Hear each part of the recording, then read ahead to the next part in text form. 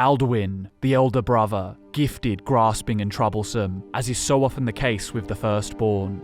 But why? Why must you stop, Alduin? Is it because you like this world? You don't want it to end? That's as good a reason as any. There are many who feel as you do, although not all. Some would say that all things must end, so that the next can come to pass. Perhaps this world is simply the egg of the next Kalpa. Would you stop the next world from being born? You have much to learn, Dovahkiin. You seek to fulfill your destiny, but you are not alone in this endeavor. Alduin too follows his destiny. Maybe you only balance the forces that work to quicken the end of this world. Even we who ride the currents of time cannot see past time's end. Those who try to hasten the end may delay it. Those who work to delay the end may bring it closer. The end of one Kalpa and the commencement of the next is as inevitable as the rising and setting of the sun. How can the sun rise if it is yet to set? Just as wood ashes fertilize the soil for new saplings to sprout, death propagates life. Any mortal aware of the divine arcade should know this. He is the lord of the wheel of life, the cycle of birth, death and rebirth. This cycle explains the significance of the Kalpas, and with this in mind, can you really call Alduin evil? He may bring destruction, but without this perceived cruelty, the new world could not be born. Some would choose to view the chief of the divines, Holy Akatosh, the dragon god of time, as 3 parts. Each part is fundamental and cannot function without the others. Auriel is the dawn, the beginning of the cycle. Akatosh is the day, the life. And Alduin is the dusk, the end of the cycle. They are all aspects of one whole, but Alduin is not infallible. Dragons are the greatest living things in the mortal realm, fashioned in Akatosh's own image, but their superiority facilitates hubris and avarice. In the current Kalpa, Alduin forsook his duty, his ultimate destiny, in pursuit of these temptations. But what does that mean for the world? Is it saved from Alduin's calamitous hunger, or is it doomed to grow old and wither, deprived of a natural end? These things we'll explore in this video. Hey guys, it's Drew here and welcome to Fudge Muppet. Today we're going to learn all there is to know about the Kalpas, the cycles of the mortal realm, and we're going to determine, is Alduin evil, or is he simply inevitable, a necessary function, and a bringer of life? Firstly, we need to establish what exactly a Kalpa is. As far as the Elder Scrolls metaphysical lore goes, Kalpas are fairly simple. We hit on the crux of what they are in the intro, but as you'd expect, there is a fair amount of mystery and rumour surrounding them. In our universe, the term Kalpa hails from Hindu and Buddhist cosmology. It is the notion of an immense period of time, reckoned as 4,320 million human years, and is considered to be the length of a single cycle of the cosmos, from creation to dissolution. The Elder Scrolls universe takes a lot of inspiration from Hindu mythology, especially in Morrowind, and if that interests you, I highly recommend Scott's video on the topic. We'll leave a link to it in the description. But anyway, in the Elder Scrolls, a Kalpa cannot be measured with this kind of accuracy, and while many Kalpas have likely occurred, probably, who knows, we can't document their events nor their lengths, as by definition the ending of one Kalpa is like hitting the reset button on Mundus. There are exceptions, as some stories survive the turning of the wheel, like the Ruddy Man, the continent of Lig, the Dreg Tyrant Kings, and even the father of the Aelid Sorcerer King Umriel the Unfeathered. But even those could be entirely fabricated. To get a proper understanding of Kalpas, we will need to rely on some technically non-canon Kirkbride sources, as scarce little references to the Kalpas can actually be found in-game beyond Paarthurnax's dialogue. Michael Kirkbride says in the out-of-game text called World Eating 101 that the Dawn Era was the end of the previous Kalpa. The new Kalpa begins with the first day of the Malefic Era.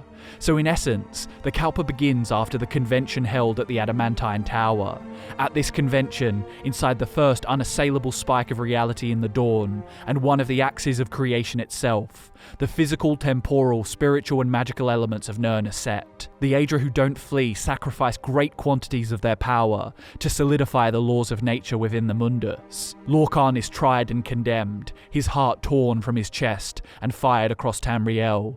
The Elnathay find their way back to dawn's beauty, the Orbis stabilizes, and the Malefic Era, the beginning of the Kalpa, commences. Assuming that the Dawn Era is actually the end of the previous Kalpa, we must also assume that the Dawn Era is subject to change. This may explain Vivek's assertion that the Dread Kings ruled during the Dawn Era, led by a crustaceous monster called the Ruddy Man, who is believed to be an aspect of Molag Bal. If his recounts are true, which is entirely up for debate given Vivek's propensity for weaving ludicrous narrative yarns, then this Dreg-ruled continent of Lig may have been prosperous during the previous Kalpa, and was probably created by the Aedra in that Kalpa's Dawn Era. If we subscribe to the concept of the Kalpa, as described by Michael Kirkbride, then the Dawn Era is a strange coalescence of dying ideas and newborn ones, its death and birth occurring simultaneously. No wonder the Dawn Era is so chaotic and impossible to understand. To the people of the Malefic Era and beyond, the dawn times are like vivid dreams. The more one tries to recall what happened, the hazier it becomes. But that's enough talk about the way the death and birth of the Kalpa works. It's inherently nebulous. We know from Paarthurnax that Kalpas are real, and we know who is tasked with ending them. So let's delve into Alduin's role. In his text titled The Akatosh Dichotomy, the High Priest of the Akatosh Chantry delves into the nature of the Great Dragon God, and his variations across Tamrielic religions. He says, the Aldmer refer to Akatosh as Auriel, the Nords call him Alduin. These names come up repeatedly in certain ancient texts, and in each one, it is clear that the deity in question is none other than he whom we call Akatosh. Yet there are those who believe, even in this enlightened age, that this is not so, that the regional interpretations of Akatosh are not interpretations of Akatosh at all, rather they are references to altogether different deities who may or may not share the same aspects or be the Great Dragon at all. To the High Elves, Auriel is the soul of Anwiel, who is in turn the soul of Anu the Creator, Anu the Everything. Auriel represents the start of time and the beginning of the universe. He played an essential role in the formation of the mortal realm of Mundus. He was a key participant of the convention at the Adamantine Tower.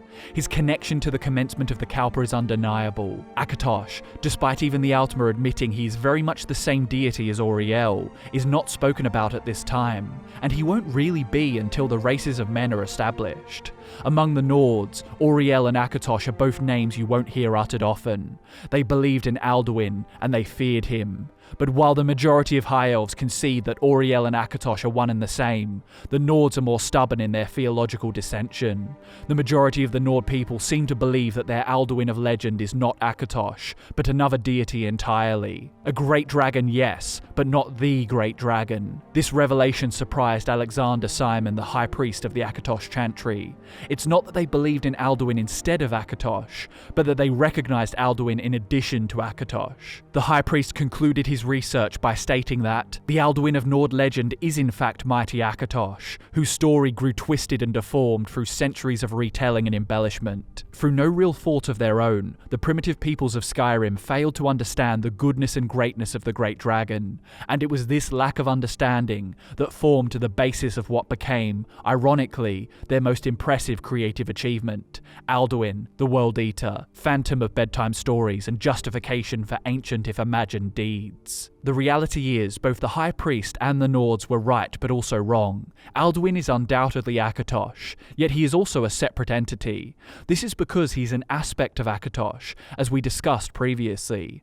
Alduin is quick to proclaim himself the firstborn of Akatosh, and he is partially right. He is an offshoot of the greater whole, though not a son in the traditional sense. Alduin is an aspect of Akatosh, and he has one purpose: to conclude the Kalpa, essentially eating the world. To all existing mortals of the current Kalpa, no one can truly know what Alduin's consumption of the world actually entails. Surely it isn't literal. Maybe he uses the Storm Voice to destroy the towers and undo creation. Or maybe Alduin devours it piece by piece. An eccentric out-of-game source called The Seven Fights of the Aldu Dagger, written by Kirkbride, suggests it's entirely literal, but whatever the case, it's not fair to consider Alduin in any way malevolent for fulfilling this task. He's an aspect of Akatosh, just like the golden dragon that ended the Oblivion Crisis. He's carrying out the will of Akatosh, the chief of the divines. World-eating is his divine purpose, given to him by the Aedra, the gods who sacrificed a great deal for the good of Mundus and the mortals. mortals. Alduin is not inherently evil, just as dying a natural death isn't evil. But what if Alduin goes off script? What if he abandons his purpose to pursue power? We know it to be the case in the current Kalpa, but it's likely consistent across all Kalpas that dragons enter the ages of mortals with a considerable advantage over men, mer, and beasts. As the immortal children of Akatosh, they are specially attuned to the flow of time, and they feel an innate urge to dominate others that is difficult to overcome. They are fashioned in the image of the chief central figure of practically all mortal religions. They are blessed with remarkable intelligence, which in turn guarantees that they are susceptible to feelings of pride and melancholy. Above all, their superiority makes ambition and megalomania nearly impossible to curb. If one dragon suppresses their innate urge to conquer and control, another will capitalize on the power vacuum. This reality was only exacerbated by the fact that the hordes of small soft creatures called men revered them, and built grand temples in their honor. How could the dragons do anything other than embrace their role as god kings over men? Alduin had seemingly been allowed to wander the land of Dawn's beauty in the Malefic era, even before Akatosh tasked him with devouring the world. But in the current Kalpa, Alduin chose to forsake his destiny, and he did not wish to consume Mundus when he could instead rule it. His pride swelled in place of his stomach, and with his dragon followers in tow, he opted for conquest. Alduin set a hierarchy in motion, empowering the loyal humans with titles and riches. In return, these dragon priests carried out the will of the dragons, ruling as kings while the dragons devoted their attention to more important matters, like blustering debates, or retreating to their solitary mountaintop lairs and sanctuaries. Left unchecked, Alduin and his brethren soon began abusing their power, terrorizing and subjugating the masses of men. And they were justified in their actions too, as to the dragons, power equals right. Therefore, displays of power, no matter how cruel, were permissible. Eventually the humans rebelled, and Paarthurnax, the sibling and lieutenant of Alduin, defected to the side of men, teaching them the storm voice that would turn the winds in their favor. Alduin was sent forward in time by an Elder Scroll, and in the 201st year of the Fourth Era, he returned to fulfill his initial purpose, eating the world. I can't help but wonder, what provoked Alduin to abandon his ambition and fulfill his destiny? Wouldn't his defeat all those centuries ago embolden him to restore his tyranny? Wouldn't his draconic ire be indomitable? Perhaps he realized in his absence that this Kalpa had long outlived its expiry. Either way, he would not realize his destiny, as another destiny would trump his. The last Dragonborn emerged and defeated Alduin, but what does this mean for the Kalpa? We've established already that Alduin, despite his autocratic brutality, is not inherently evil. His role in the natural order of the mortal realm is essential, so when the last Dragonborn rended him from the sky and slew him, was the current Kalpa doomed to trudge along for eternity, unable to die? Well, when the last Dragonborn killed Alduin, Alduin's soul was not absorbed like every dragon slain prior. To me, this seems like evidence that Akatosh reclaimed his shamed son, returning the aspect to the great dragon god's oversoul. If this is true, then Alduin will return someday, when Akatosh wills it. When the dragon god determines that this wheel has worn away its tread, and this cycle has endured too long. It's impossible to comment on how divergent this Kalpa has been from its predecessors, but with the World Eater being sent forward in time, and then defeated by a hero of prophecy,